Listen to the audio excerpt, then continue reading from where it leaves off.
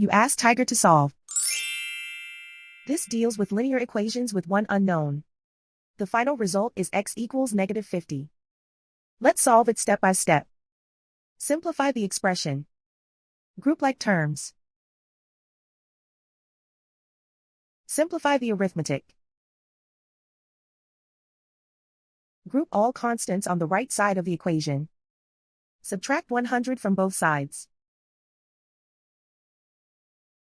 Simplify the arithmetic.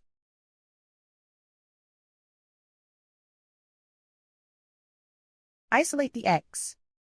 Divide both sides by 2. Simplify the fraction. Find the greatest common factor of the numerator and denominator. Factor out and cancel the greatest common factor. And so the final result is x equals -50.